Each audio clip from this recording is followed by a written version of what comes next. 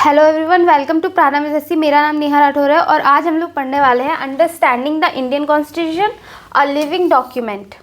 तो हम आज इंडियन कॉन्स्टिट्यूशन के बारे में पढ़ेंगे। Genesis of the constitution from idea to reality. 1946 में कॉन्स्टिट्यूशन असेंबली फॉर्म्ड हुई थी, मतलब बनी थी। Elected to draft Indian constitution, जो चुने गए लोग थे उनके द्वारा ये कम्युनिटी बनी थी। 1947 independence achieve Indian gain freedom from British से हमारी इंडिया ने आज़ादी ले ली थी पूरी तरीके से।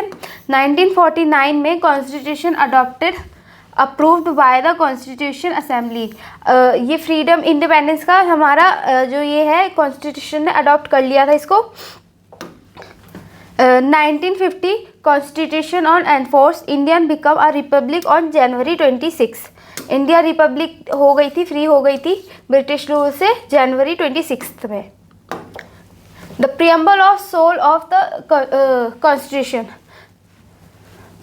Sovereign India is an independent state. हमारी इंडिया एक इंडिपेंडेंट स्टेट है। Socialist promote social and economic equality. Economic और सोशल प्रमोट करती है इन दोनों चीज़ों को इक्वली।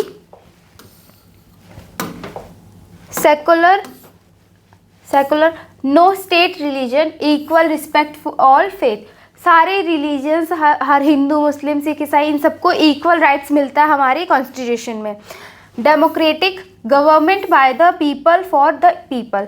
ये है कि by the people for the people, ये असेंबली डेमोक्रेटिक असेंबली बनाई गई थी। Republic head of state is elected not hereditary.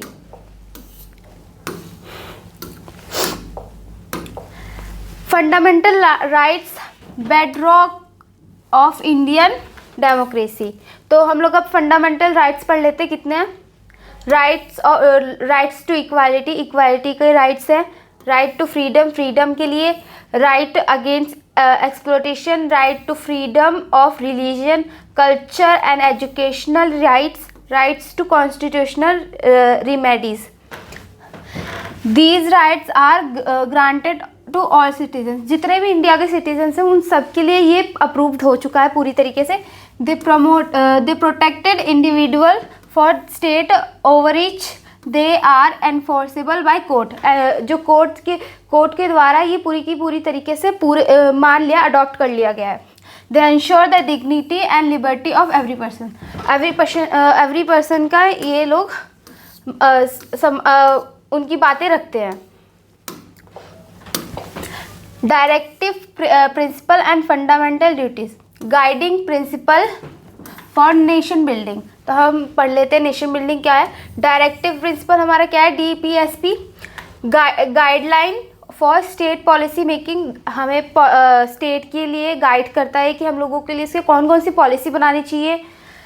M for social and economic justice, social और इकोनॉमिक जस्टिस के लिए हमें बढ़ावा देता है और फॉर्म करता है। Fundamental duties moral obligation for all citizens. All citizens के लिए ये अप्रूव्ड है पूरी तरीके से और ये कोर्ट ने भी जस्टिफाई कर दिया है। Promoted patriotism and unity. Promote करता है ये पैट्रियटिज्म को और यूनिटी को इक्वल राइट्स की तरफ। स्ट्रक्चर एंड की function federalism, parliamentary system, judiciary. Federalism power divided between central and state government. Central और स्टेट गवर्नमेंट के बीच में ये इक्वली पावर्स डिवाइड कर देता है।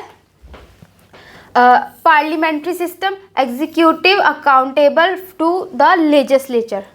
Independence judiciary ensure justice and uphold the constitution. ये श्योर करता है, श्योरिटी देता है कि सबके लिए जस्टिस एकदम इक्वल है कि नहीं है। Single citizenship, all Indians hold one citizenship. सारे जितने भी इंडियन हैं हमारे, उनमें एक ही सिटीजनशिप को ये होल्ड करता है बिना किसी रोक टोक के।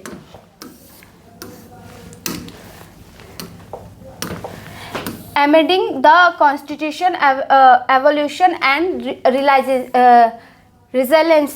The Indian Constitution is not static नहीं है हमारी Indian constitution. evolves with time, ये डेवलप्ड होता रहता है टाइम के साथ साथ, धीरे धीरे ये बढ़ता जाएगा.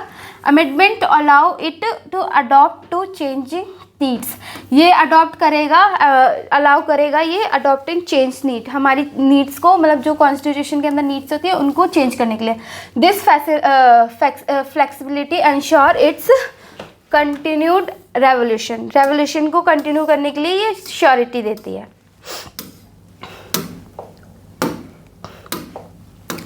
The constitution enduring legacy future challenges की बात कर लेते हैं. The constitution has successfully guided India for decades, ये सक्सेसफुली कॉन्स्टिट्यूशन ने गाइड करा है हमारी इंडिया को डिकेड के लिए. और it's upheld democracy promoted rights, ये डेमोक्रेसी एंड प्रमोटेड राइट्स की भी हमारी बात करते हैं. Challenges remains in implementation and interpretation, strategic federalism, balancing central and state power, जो स्टेट पावर और सेंट्रल पावर है ना उनको बैलेंस करता है equally. Ensuring social justice, addressing inequality and discrimination, ये एड्रेसिंग मतलब एंश्योर करता है ये इनइक्वालिटी और डिस्क्रिमिनेशन के बारे में. Adopting to technology, new issue required constitution consideration, ये न्यू इशूज़ को रिक्वायर करता है हमारी कॉन्स्टिट्यूशनल कंसिडरेशन के लिए. तो thank you so much, thank you for watching. आज के लिए बस इतना ही.